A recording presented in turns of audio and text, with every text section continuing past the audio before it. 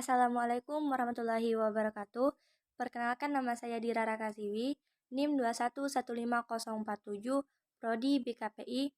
Saya dari Fakultas Tarbiyah, dosen pengampu Ibu Miska Zulfa SPDI MA.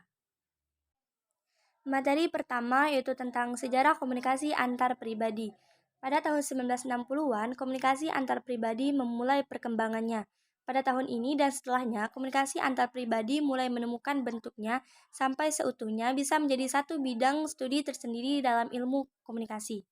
Selain dibahas dalam ilmu komunikasi, komunikasi antar pribadi juga menjadi pembahasan dalam ilmu-ilmu lain. Kedua, proses manusia berkomunikasi pada zaman dahulu. Yang pertama, zaman tanda dan isyarat. Yang kedua, zaman bahasa lisan. Yang ketiga, zaman tulisan. Dan yang keempat, zaman retorika. Materi kedua yaitu tentang fungsi komunikasi antar pribadi. Yang pertama, fungsi komunikasi antar pribadi adalah fungsi meningkatkan hubungan insan, menghindari konflik-konflik pribadi, mengurangi ketidakpastian sesuatu, serta berbagai pengalaman dan pengalaman dengan orang lain.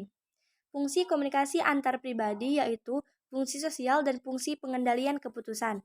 Fungsi sosial untuk memenuhi kebutuhan biologis dan psikologis, mengembangkan hubungan timbal balik. Sedangkan fungsi pengembalian keputusan untuk berbagi informasi dan mempengaruhi orang lain. Materi ketiga yaitu tentang landasan pelaksanaan komunikasi antar pribadi. Materi pertama yaitu tentang definisi komunikasi antar pribadi. Komunikasi antar pribadi adalah proses pengiriman dan penerimaan pesan-pesan antara dua orang atau di antara sekelompok kecil orang dengan beberapa efek dan umpan balik seketika. Materi kedua itu karakteristik komunikasi antar pribadi. Karakteristik tersebut diantaranya, yang pertama, komunikasi antar pribadi dimulai dengan diri sendiri. Yang kedua, komunikasi antar pribadi bersifat transaksional. Yang ketiga, komunikasi antar pribadi mencakup aspek-aspek isi pesan dan hubungan antar pribadi. Yang keempat, komunikasi antar pribadi mensyaratkan adanya kedekatan fisik antara pihak-pihak yang berkomunikasi. Dan yang kelima, komunikasi antar pribadi tidak dapat diubah maupun diulang. Materi keempat yaitu tentang strategi komunikasi antar pribadi. Materi pertama yaitu tentang pengertian strategi komunikasi antar pribadi. Strategi komunikasi merupakan paduan dari perencanaan komunikasi dan manajemen komunikasi untuk mencapai suatu tujuan. Materi kedua yaitu tentang pengertian komunikasi antar pribadi.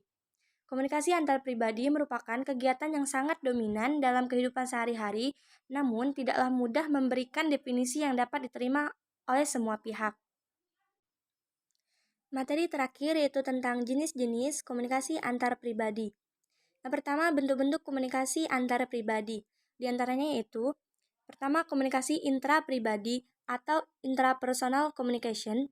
Yang kedua, ada komunikasi interpribadi atau interpersonal communication. Yang ketiga, ada komunikasi kelompok atau group communication. Yang keempat, ada komunikasi publik atau public communication. Dan yang kelima, ada komunikasi media massa atau massa media communication.